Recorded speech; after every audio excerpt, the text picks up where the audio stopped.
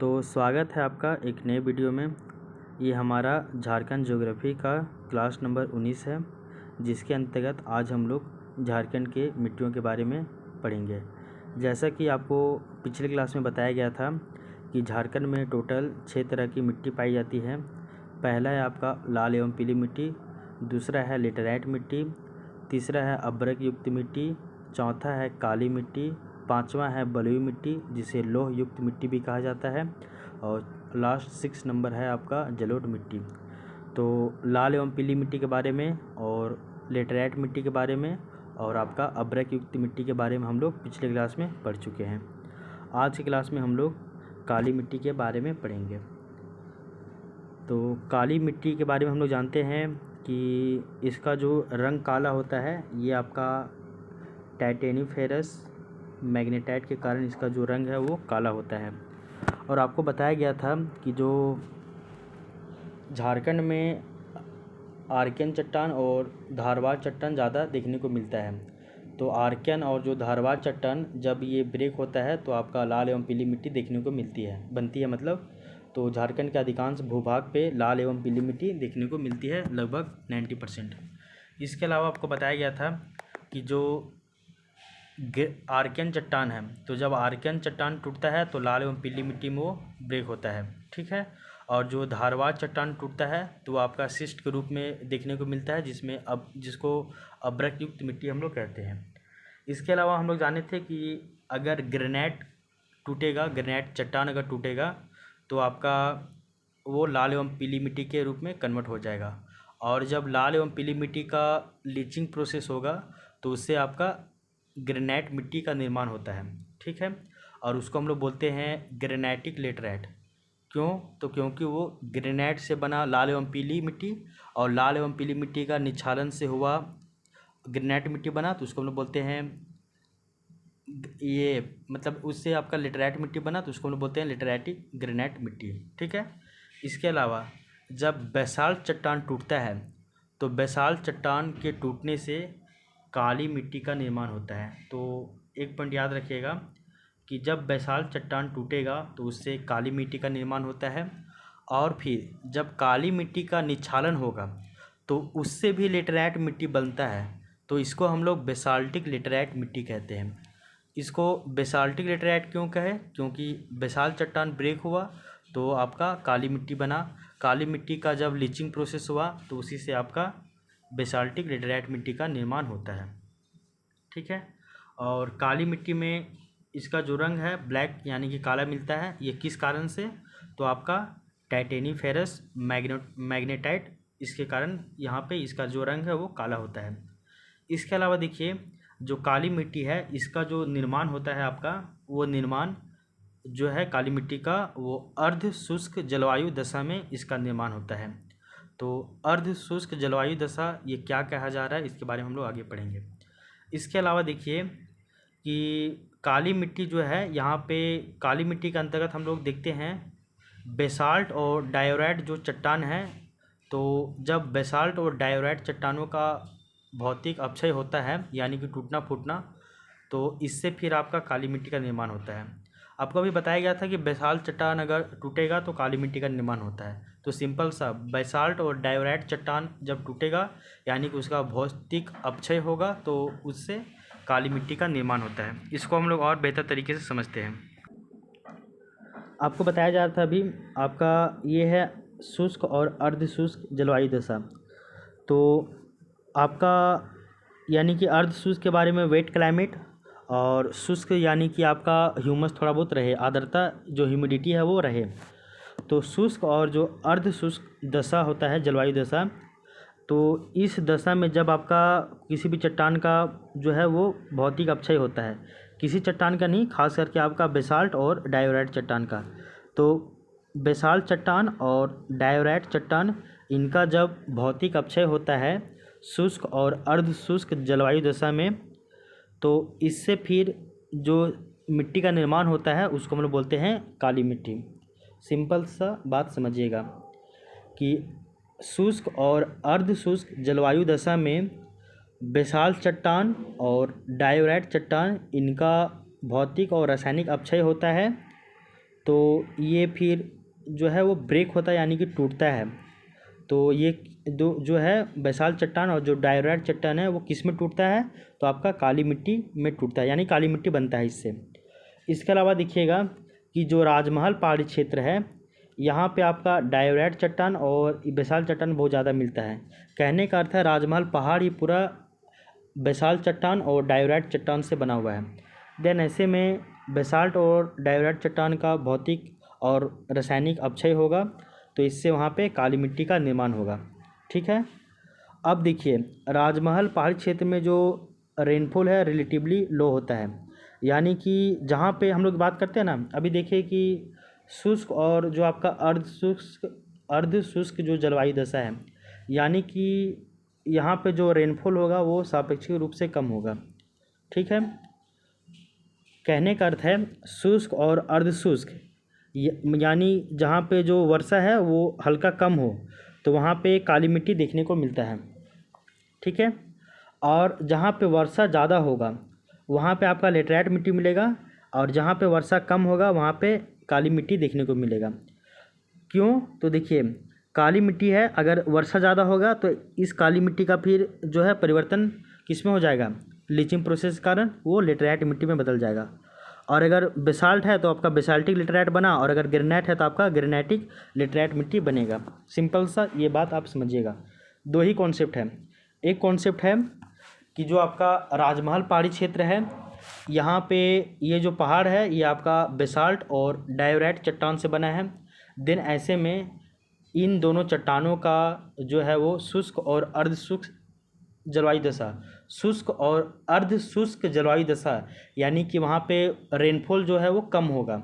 तो ऐसे क्लाइमेट में वो चट्टान जब टूटेगा तो काली मिट्टी का निर्माण करेगा। पहला ये कंडीशन। दूसरा जो है जहाँ पे जो वर्षा ज़्यादा होगा यानी कि जो रेनफॉल है वो मोर देन 150 सेंटीमीटर से ज़्यादा होगा, तो ऐसे में वहाँ पे जो है वो लेटराइट मिट्टी में वो कन्वर्ट हो जाएगा। और लेटराइट मिट्टी में कन्वर्ट क्यों होगा, तो वो आपका लीचिंग प्रोसेस के कारण होगा। कहने का अर्थ वहाँ पे लीचिंग ज़्यादा होगा तो ऐसे में वो लेटराइट मिट्टी में परिवर्तित हो जाएगा। और जहाँ पे वर्षा कम होगी वहाँ पे काली मिट्टी देखने को मिलेगी, और जहाँ पे वर्षा ज़्यादा होगी वहाँ पे लेटराइट मिट्टी देखने को मिलती है। अब देखिए, अब हम लोग देखते हैं ये जो आपका राजमहल पहाड़ है ये आपका राजमहल पहाड़ी क्षेत्र है। तो राजमहल पहाड़ी क्षेत्र में आपका काली मिट्टी भी मिलती है और लेटराइट मिट्टी दोनों मिलती है। लेटराइट मिट्टी कहाँ मिलती है, जहाँ पे वर्षा ज़्यादा होता है, और काली मिट्टी कहाँ मिलती है, जहाँ पे वर्षा कम होता है। सिंपल सी यही बात है। अब देखिए इसमें ये चीज़ बताया जा रहा है कि जो अगर हम लोग देखें तो काली मिट्टी के बारे में बताया जा रहा है कि काली मिट्टी का जो रंग है वो काला क्यों होता है, तो आपका टाइटेनिफेरस मैग्नेटाइट के कारण होता है। काली मिट्टी का निर्माण कैसे होता है वो हम लोग देख चुके हैं। ठीक है ना, भौतिक और रासायनिक अपक्षय के कारण होता है। इसके अलावा हम लोग देखें कि काली मिट्टी में जो है वो मैग्नीशियम जो है वो फेरस की मात्रा जो है वो ज़्यादा होती है। तो मैग्नीशियम फेरस की मात्रा काली मिट्टी में ज़्यादा होती है। तो क्यों ज़्यादा होती है, क्योंकि यहाँ पे काली मिट्टी में मैग्नेटाइट भी ज़्यादा होता है। तो काली मिट्टी में मैग्नेटाइट ज़्यादा होता है, इसलिए मैग्नीशियम फेरस की मात्रा ज़्यादा होती है, जो मृत्तिका के रूप में पाई जाती है। यानी कि जो आपका मैग्नीशियम फेरस है ये आपका क्ले यानी कि मृत्तिका के रूप में मिलता है, ये रीजन। अब देखिए इस कारण इसे मृत्तिका युक्त जो है वो यानी कि क्लेई सोइल इसको कहा जाता है। तो काली मिट्टी जो है इसका जो बनावट होगा, टेक्सचर होगा, ये बहुत महीन होता है, यानी कि क्लेई आकार का होता है। आपको बताया गया था ना, अगर मोटा रहे तो इसको हम लोग सैंडी, थोड़ा छोटा रहे इसको बोलते हैं सिल्टी, और बहुत छोटा रहे महीन टाइप में तो इसको बोलते हैं क्लेई। तो जो काली मिट्टी है ये आपका क्लेई टाइप का देखने को मिलता है। ठीक है ना, इसको हम लोग मृत्तिका युक्त मिट्टी भी कहते हैं। ठीक है, कहने का अर्थ इसका जो कण है वो छोटा होगा। ठीक है, बहुत छोटा होगा। सिंपल सी बात ये समझिए। इसके अलावा देखिए अगर हम लोग काली मिट्टी का अगर लोकेशन देखें तो इसका लोकेशन कहाँ है। पहला है राजमहल पहाड़ी के पश्चिमी ढाल के सहारे, वहीं राजमहल पहाड़ी के पूर्वी ढाल के सहारे एलुवियल सोइल देखने को मिलता है। अगर इसको मैप में देखें तो देखिए ऐसा होगा, ये है आपका राजमहल। ठीक है, इस भाग में आपका राजमहल है। तो राजमहल का ये पूर्वी भाग हो गया, राजमहल का ये पश्चिमी भाग हो गया। तो राजमहल का ये पश्चिमी भाग है, यहाँ पे आपका जो है वो कैसा मिट्टी मिलता है, तो काली मिट्टी मिलती है। और राजमहल का जो पूर्वी भाग है, यहाँ पे आपका जलोढ़ मिट्टी मिलती है, वो गंगा नदी के किनारे जो है वो इसलिए गंगा नदी के कारण। और यहाँ पे रेनफॉल कम हो रहा है तो यहाँ पे आपका काली मिट्टी मिलेगा, और बीच बीच में यहाँ पे जहाँ जहाँ रेनफॉल ज़्यादा होगा वहाँ पे लेटराइट मिट्टी देखने को मिलता है। ये आप समझिए। इसके अलावा देखिए, जो आपका काली मिट्टी है, इस काली मिट्टी में कैल्शियम की मात्रा ज़्यादा होती है, मैग्नीशियम की मात्रा ज़्यादा होती है, यहाँ पे आपका कार्बन की मात्रा ज़्यादा होती है, कार्बोनेट, यहाँ पे फेरस की मात्रा वो ज़्यादा होती है, और एल्युमिनियम की भी मात्रा ज़्यादा होती है। तो कहने का अर्थ है जो काली मिट्टी है ये आपका calcium, magnesium, carbonate, ferrous, aluminium इन सभी में वो धनी होती है, यानी कि रिच होती है। लेकिन एक कॉन्सेप्ट तो आपको पता है कि झारखंड और ओवरऑल पूरे भारत में जितनी भी मिट्टी पाई जाती है, इसमें सभी मिट्टी में नाइट्रोजन का मात्रा कम है, तो आपका काली मिट्टी में भी नाइट्रोजन का मात्रा कम होगा। ठीक है, ये पॉइंट आप समझ गए। इसके अलावा देखिए, जो आपका काली मिट्टी है इसमें और भी जो अन्य पोषक तत्व है, इन पोषक तत्वों की भी कमी पाई जाती है। अभी बताएं, काली मिट्टी में जो मैग्नीशियम, फेरस की मात्रा है वो ज़्यादा होगा, काली मिट्टी में कैल्शियम का मात्रा ज़्यादा होगा, काली मिट्टी में मैग्नीशियम जो है वो तो ज़्यादा होगा ही होगा, इसमें आपका फेरस का भी मात्रा ज़्यादा होगा और एल्युमिनियम का भी मात्रा ज़्यादा होगा, लेकिन इसमें नाइट्रोजन का मात्रा कम और इसमें अन्य पोषक तत्वों की मात्रा कम। ठीक है, आगे देखिए। इसके अलावा देखिए, जो ब्लैक सोल है यानी कि काली मिट्टी, ये दालमा एवं पाट रीजन में भी मिलता है देखने को, छोटे छोटे भागों में। तो ये आपका पाट क्षेत्र है, और ये हम लोग देखे थे दक्षिणी बाह्य पठार में, ये आपका सिंहभूम शियर जोन है। तो यहाँ पे आपका दालमा पहाड़ी क्षेत्र है, और ये आपका ढालभूम या फिर धंजोरी वाला क्षेत्र है। तो ये आपका दालमा पहाड़ी क्षेत्र में और ये पाट क्षेत्र में, यहाँ पे भी आपका काली मिट्टी देखने को मिलती है, लेकिन ये छोटे छोटे भाग में मिलेगा, कुछ कुछ छोटे छोटे पैचेस में ये देखने को मिलती है। समझ गए, आगे देखिए।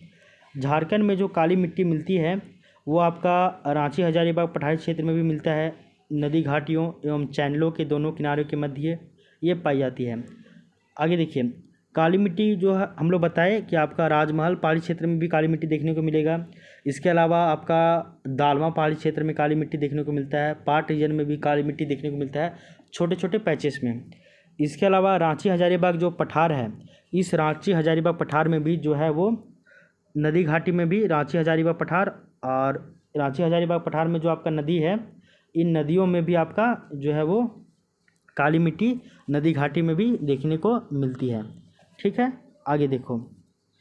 इसके अलावा देखिए, आपको बताया जा रहा है कि जो काली मिट्टी है इनका जो निर्माण है वो ऑर्गेनिक प्रोसेस का इम्पोर्टेंट योगदान है।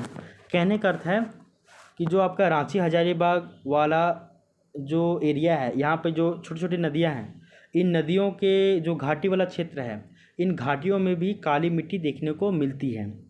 और रांची हजारीबाग पठार का जो नदी घाटी वाला क्षेत्र है, इन घाटियों में छोटे छोटे पैचेस में, छोटे छोटे चैनलों में ये काली मिट्टी मिलती है। और यहाँ पे जो काली मिट्टी मिलती है, इसके निर्माण में सबसे महत्वपूर्ण योगदान किसका है, तो आपका ऑर्गेनिक यानी कि जैविक क्रिया का यहाँ पे जो योगदान है वो बहुत ज़्यादा है, यानी कि इम्पोर्टेंट है। कहने का अर्थ है इस मिट्टी में इस मिट्टी का जो निर्माण है वो बेसाल्ट रॉक के अपक्षय के कारण नहीं हुआ है, बल्कि जल जमाव की स्थिति में जैविक पदार्थों के अपघटन एवं कार्बन के जमाव के कारण इनका रंग काला पड़ गया है, जिसे दोन मिट्टी कहा जाता है, जिसके ऊपर चावल का उत्पादन जो है वो बहुत ज़्यादा होता है। कहने का अर्थ क्या है वो देखिए। आपको बताएं, बेसाल्ट चट्टान टूटा तो काली मिट्टी का निर्माण होगा, ये पता है। दूसरा बताया जा रहा है, काली मिट्टी जो है वो राजमहल पहाड़ी क्षेत्र में मिलता है, पाट क्षेत्र में मिलता है छोटे छोटे पैचेस में। वहीं आपका दालमा पहाड़ी क्षेत्र है, यहाँ पे भी छोटे छोटे पैचेस में मिलता है। इसके बाद आपका रांची और हजारीबाग का ये पठार है, यहाँ पे इस रांची हजारीबाग पठार में कुछ कुछ नदी घाटी है, कुछ कुछ आपका चैनल है। इन चैनलों के माध्यम से यहाँ पे भी काली मिट्टी देखने को मिलती है। अभी बताया गया है कि यहाँ पे और यहाँ पे जो काली मिट्टी मिलेगी, इसका निर्माण बेसाल्टिक चट्टान से हुआ है। बेसाल्ट चट्टान टूटा तो काली मिट्टी बना।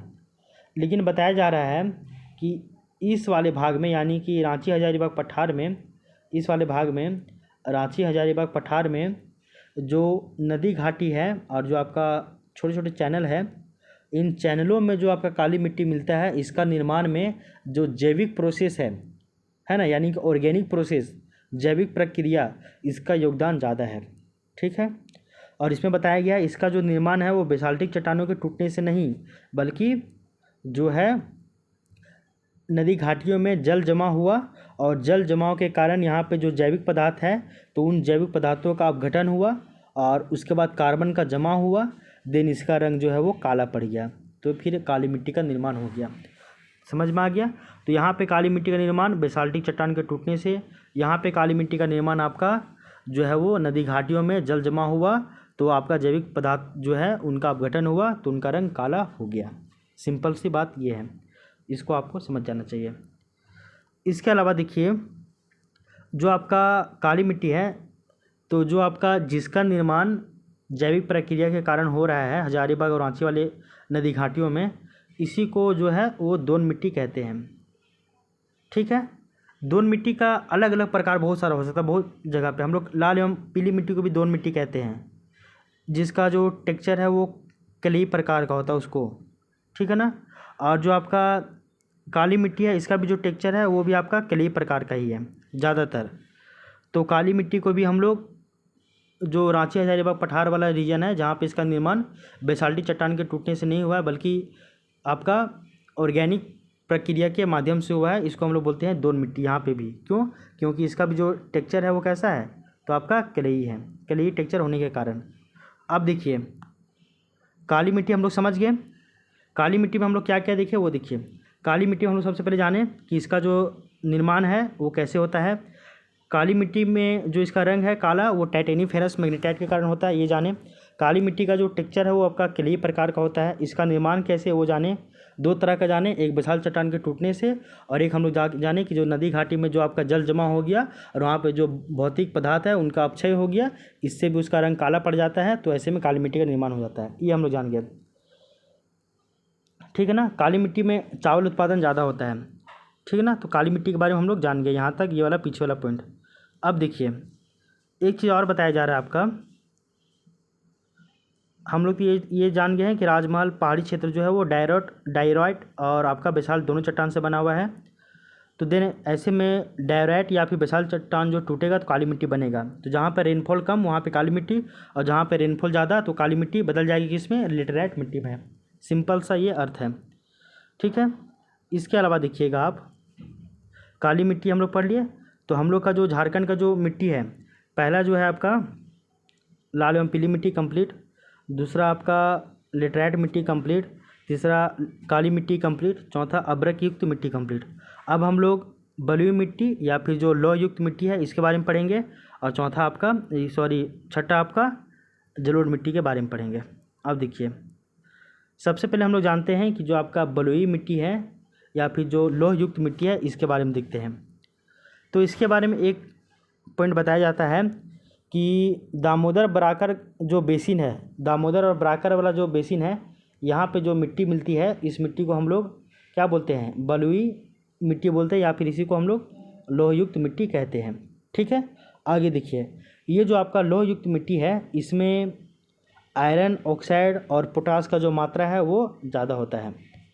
तो बलुई मिट्टी या फिर जो लोहयुक्त मिट्टी है इसमें आयरन ऑक्साइड का मात्रा ज़्यादा होगा और पोटास का मात्रा ज़्यादा होगा, लेकिन इसमें अन्य जो पोषक तत्व है इसका मात्रा कम होगा। इसके अलावा एक पारंपरिक डेफिनेशन कि इसमें नाइट्रोजन का कमी होगा। सिंपल सी बात है। तो बताया जा रहा है कि जो आपका लोह युक्त मिट्टी है जिसको हम लोग बलुई मिट्टी भी कहते हैं, ये आपका दामोदर बराकर बेसिन वाला क्षेत्र में मिलता है, और इस मिट्टी में आयरन ऑक्साइड की मात्रा ज़्यादा, पोटास की मात्रा ज़्यादा, लेकिन अन्य पोषक तत्वों की मात्रा जो होती है वो कम होती है। ठीक है। आगे देखिए, इस मिट्टी को हम लोग लोह युक्त मिट्टी भी कहते हैं, यानी कि और जो इसको हम लोग ना फेरस सॉइल भी कहते हैं। फेरस सॉइल यानी कि लोह युक्त मिट्टी भी कहते हैं। और इसका जो टेक्सचर होगा कैसा होगा, देखिए ये बड़ा है तो सैंडी प्रकार का हुआ, हल्का छोटा है तो ये आपका सिल्टी प्रकार का हुआ, और बहुत छोटा हुआ तो इसको बोलते हैं क्लेई प्रकार का। ये हम लोग पिछले क्लास में समझ चुके हैं। तो जो आपका बलुई मिट्टी है या फिर जो लोह युक्त मिट्टी है इसका भी टेक्सचर कैसा होता है, तो आपका बलुई प्रकार का होता है, यानी कि मतलब सैंडी प्रकार का होता है, बड़ा। ठीक है ना। इसका जो कण है वो रेतीली प्रकार की होती है, बिकॉज इसका जो निर्माण है वो बलुआ पत्थर एवं सैल जैसी अवसादी चट्टान के टूटने के कारण होता है। तो जो आपका बलुई मिट्टी है या फिर लोह युक्त मिट्टी, इसका निर्माण कैसे होता है? तो आपका जो आपका लाइमस्टोन है यानी कि बलुआ पत्थर, ये जब टूटेगा, ठीक है ना, और साथ ही साथ आपका एक है सेल, तो ये भी सेल एक चट्टान है और आपका बलुआ पत्थर भी चट्टान है। तो सेल और जो आपका बलुआ पत्थर है यानी कि लाइमस्टोन, ये टूटेगा तो इससे आपका लोहयुक्त मिट्टी या फिर बलुई मिट्टी का निर्माण होता है। और इसका जो आकार है वो कैसा होता है? महीन होता है। ये हम लोग समझ चुके हैं,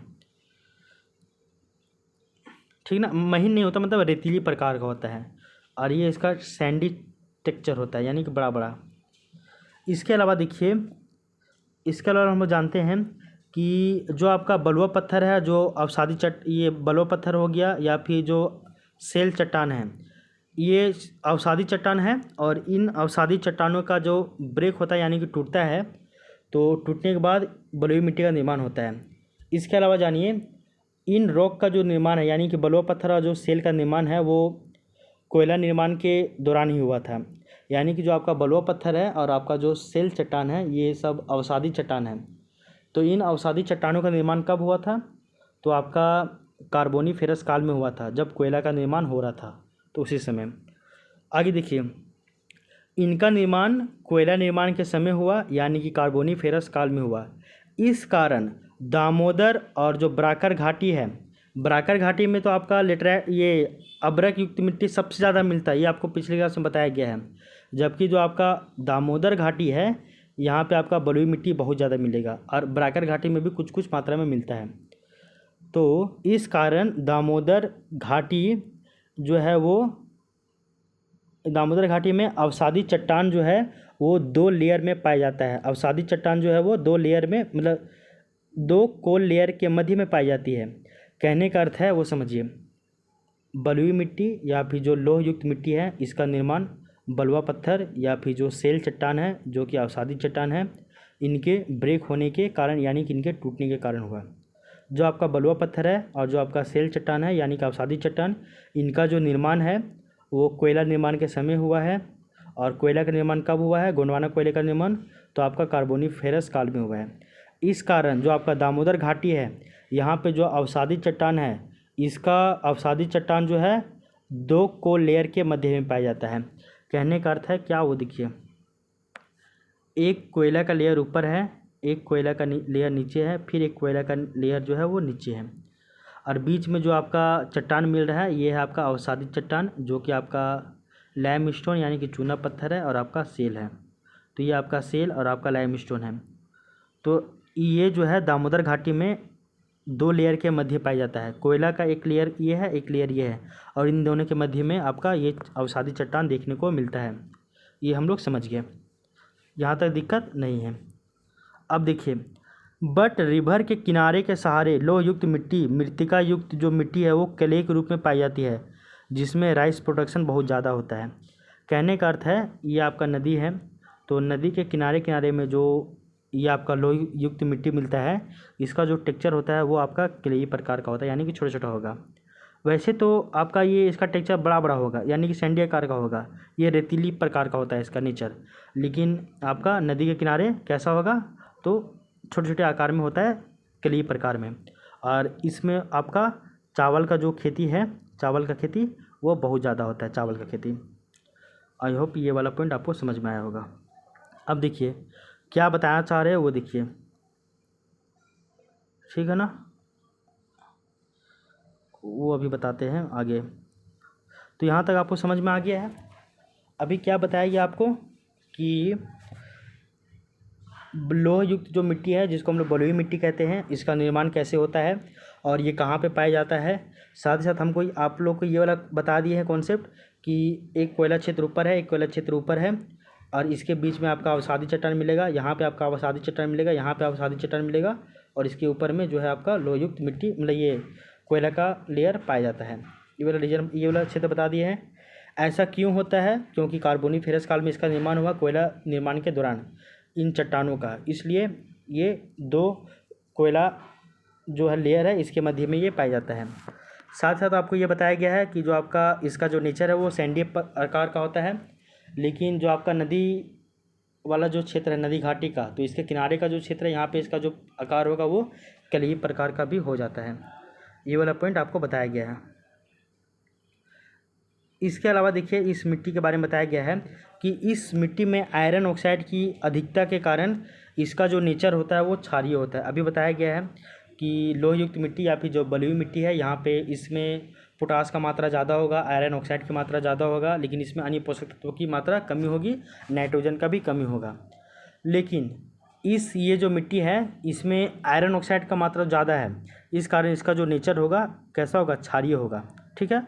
और इस मिट्टी का जो रंग होता है वो भूरा से लेके काला के मध्य होता है, या फिर वो भूरा होगा या फिर काला होगा, ऐसा ही कुछ कुछ होता है। आगे देखो, इसे गोंडवाना सॉइल भी कहा जाता है। देखो जो बलुई मिट्टी है और जो आपका लोह युक्त मिट्टी है इसको हम लोग ना गोंडवाना मिट्टी भी कहते हैं। तो इसको गोंडवाना मिट्टी क्यों कहा जाता है वो देखिए, क्योंकि गोंडवाना जो बेसिन है वो हम लोग बताया गया था आपको पिछले क्लास में ही, यानी कि क्लास नंबर 1 था ज्योग्राफी का, उसमें बताया गया था कि जो आपका गोंडवाना चट्टान है ये झारखंड के 8 नदी घाटियों में मिलता है, ये आपको बताया गया था। ठीक है ना। इसमें से आपका एक नदी घाटी है दामोदर एवं बराकर नदी घाटी, और दामोदर और बराकर नदी घाटी में आपका लोहयुक्त मिट्टी बलुई मिट्टी देखने को मिलती है। ठीक ना। और ये कोयला का 2 लेयर के मध्य मिलता है, लाइमस्टोन और आपका सेल अवसादी चट्टान जो है इसके टूटने से मिलता है। तो इस कारण इसको हम लोग गोंडवाना चट्टान भी हम लोग कहते हैं। ठीक है ना, यहाँ तक दिक्कत है नहीं ना। अब देखिए इसी में एक पॉइंट और समझ लीजिए आप। हम लोग जानते हैं कोयला जो है वो चार तरह का होता है। एक होता है आपका एंथ्रेसाइट कोयला, बिटुमिनस कोयला, लिग्नाइट कोयला और आपका पीट कोयला। ठीक है, ये हम लोग जानते हैं। इसी में हम लोग ये भी पॉइंट जानते हैं कि जो आपका कोयला है तो कोयले में अगर जब सल्फर की मात्रा ज़्यादा होती है तो उसको हम लोग बोलते हैं बिटुमिनस कोयला। ठीक है। और बिटुमिनस कोयला जब जलेगा तो आपका लाल और पीला कलर का दिखता है। और बिटुमिनस कोयला में जो है वो राख बहुत ज़्यादा बनता है बिटुमिनस कोयला में। ठीक है। और झारखंड में जो ज़्यादा कोयला मिलता है वो आपका बिटुमिनस कोयला मिलता है। ठीक है। और हम लोग ये भी जानते हैं कि बिटुमिनस कोयला झारखंड में ज़्यादा मिलता है, इस कारण से बिटुमिनस कोयला में सल्फ़र की मात्रा ज़्यादा होती है। देन सल्फ़र की मात्रा को कम करने के लिए इसको धोना पड़ता है। देन ऐसे में आपका झारखंड में कोल वासरे भी बहुत ज़्यादा है। अगर झारखंड में एंथ्रेसाइट कोयला मिलता तो इसमें आपका जो है सल्फ़र की मात्रा कम मिलेगा, तो देन ऐसे में इसको धोना नहीं पड़ेगा। तो झारखंड में कोयला को धोना पड़ता है इसलिए क्योंकि उसमें सल्फ़र की मात्रा ज़्यादा होती है, तो धोने से सल्फ़र का जो थोड़ा मात्रा कम होता है। और जो आपका बिटुमिनस कोयला होता है जिसमें सल्फ़र की मात्रा ज़्यादा होती है, इसमें राख भी ज़्यादा बनता है और ये जलने पे आपका लाल एवं पीला कलर का दिखाई देता है।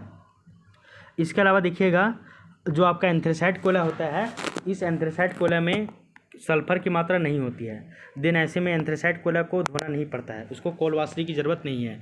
तो एंथ्रेसाइट कोयला जो आपका ऑस्ट्रेलिया में बहुत ज़्यादा मिलता है तो उसको धोने का ज़रूरत नहीं पड़ता है। क्यों नहीं पड़ता है? क्योंकि उसमें सल्फ़र की मात्रा होती ही नहीं है। इसके अलावा देखिए जो आपका एक कोयला जो बताया गया था कोकिंग कोल, यानी कि हाई ग्रेड बिटुमिनस, तो कोकिंग कोल में सल्फ़र की मात्रा एकदम नहीं होता है, और सल्फ़र का मात्रा जितना ज़्यादा रहेगा जलने में उतना उसको प्रॉब्लम होगा, उतना ही वो आँच कम देता है। तो कोकिंग कोल में सल्फ़र नहीं होता है, एंथ्रेसाइट कोयला में सल्फ़र नहीं होता है, देन ये बहुत ज़्यादा जलता है और इसमें फ्लेम भी बहुत ज़्यादा देगा आँच। एक चीज़ और देखिए, कोकिंग कोल जो है वो आसानी से जलता है, और जब कोकिंग कोल जलता है यानी कि जिसमें सल्फ़र की मात्रा कम होती है उसका कलर जो है वो ब्लू कलर का होता है। ठीक है ना। आगे देखिए, झारखंड में जिसको हम लोग, या झारखंड या फिर इंडिया में जिसे हम लोग हाई ग्रेड बिटुमिनस कोयला कहते हैं, उसी को झारखंड में जिसको हम लोग हाई ग्रेड बिटुमिनस कोयला को कोकिंग कोल कहते हैं, तो उसी को हम लोग ऑस्ट्रेलिया में एंथ्रेसाइट कोयला कह देते हैं। ये वाला पॉइंट भी आप याद रखिएगा।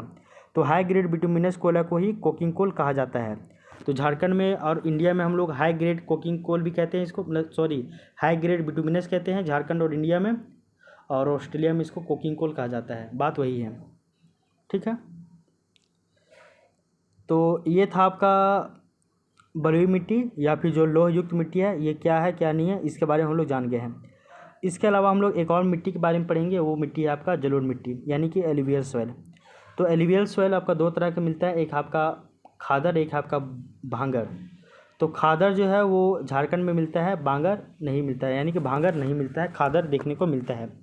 खागर क्यों कहते हैं? क्योंकि ये हर साल आके जमा हो रहा है।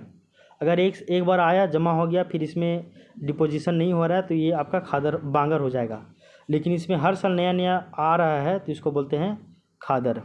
सिंपल सी बात है। अब देखिए जलोढ़ मिट्टी का निर्माण कैसे होता है। तो इसका निर्माण जो है वो अवसादी निक्षेपण के कारण होता है, यानी कि बहुत सारी नदी घाटियों से नदियाँ बह के आ रही है और अपने साथ अवसाद लेकर आ रही है और एक जगह में जाके वो डिपोजिशन कर देती है, यानी कि निक्षेपण। तो इससे एक मिट्टी का निर्माण होता है उस एरिया में, उसको बोलते हैं जलोढ़ मिट्टी, जो कि काफ़ी फर्टाइल भूमि होती है। आगे देखिए, अगर झारखंड में जलोढ़ मिट्टी का अगर लोकेशन देखिए तो जलोढ़ मिट्टी का लोकेशन कहाँ है वो देखिए। तो उत्तरी पूर्वी झारखंड में उत्तर पूर्व वाला में गंगा नदी के सहारे, खास करके साहिबगंज और पाकुड़ वाला रीजन में, यहाँ पे आपको जलोढ़ मिट्टी देखने को मिलती है। इसके अलावा उत्तरी पश्चिमी झारखंड में सोन नदी के किनारे और दक्षिणी पूर्वी झारखंड में स्वर्णरेखा नदी के किनारे पूर्वी सिंहभूम में जो है वो आपका जलोढ़ मिट्टी देखने को मिलता है। कहने का अर्थ क्या है वो देखिए, इस वाले रीजन में आपका एक नदी बह रही है जो है सोन नदी। तो सोन नदी बहने के कारण यहाँ पे भी आपका जलोढ़ मिट्टी देखने को मिलता है। यहाँ पे एक नदी बह रही है वो है आपका गंगा नदी। इस कारण साहिबगंज और आपका जो पाकुड़ वाला इलाका है यहाँ पे भी एलुवियल सॉइल यानी जलोढ़ मिट्टी देखने को मिलती है। इसके अलावा इस रीजन में आपका स्वर्णरेखा नदी बह रही है, तो ऐसे में आपका दक्षिण पूर्व वाले भाग में भी जो है वो जलोढ़ मिट्टी देखने को मिलती है। तो ये आपका उत्तर पूर्व, ये आपका उत्तर पश्चिम और ये आपका दक्षिण पूर्व, यहाँ पे आपका जलोढ़ मिट्टी देखने को मिलती है। ये वाला पॉइंट आपको पता होना चाहिए। इसके अलावा देखिए झारखंड में जो जलोढ़ मिट्टी है इसका जो निक्षेप है, इसके अलावा रांची हजारीबाग पठार में भी मिलता है, नदी घाटियों के दोनों किनारे के सहारे। और जो इसका जो ये जो निचली घाटियों में मिलता है इसको हम लोग दोन मिट्टी कहते हैं। कहने का अर्थ है दोन मिट्टी किसका कहेंगे, तो जिसका जो टेक्सचर है वो जो बनावट है वो क्ले प्रकार का होगा वो आपका दोन मिट्टी कहलाएगा। तो काली मिट्टी जिसका टेक्सचर क्ले प्रकार का हो जाएगा नदी घाटियों के किनारे, उसको भी दोन मिट्टी कहेंगे। लेटराइट मिट्टी जो नदी घाटी के किनारे रहेगा उसको भी दोन मिट्टी कहेंगे। लाल एवं पीली मिट्टी जो नदी घाटी किनारे रहेगा क्ले टेक्सचर, उसको भी दोन मिट्टी कहेंगे। तो जलोढ़ मिट्टी जो नदी घाटी किनारे रहेगा उसको भी दोन मिट्टी हम लोग कहते हैं। तो दोन मिट्टी का बहुत बन सकता है, तो ये दोन मिट्टी जो है नदी घाटी किनारे ही रहेगा, ये याद रखिएगा। इसके अलावा देखिए झारखंड में जो पाई जाने वाली जो जलोढ़ मिट्टी है, इस जलोढ़ मिट्टी का जो प्रकृति है वो खादर प्रकार की है। कहने का अर्थ है यहाँ पे हर साल जो है वो इसमें जमा हो रहा है डिपोजिशन, यानी कि निक्षेपण जो है वो हर साल इसमें जमा हो रहा है आकर। इसके अलावा देखिए जो है इसमें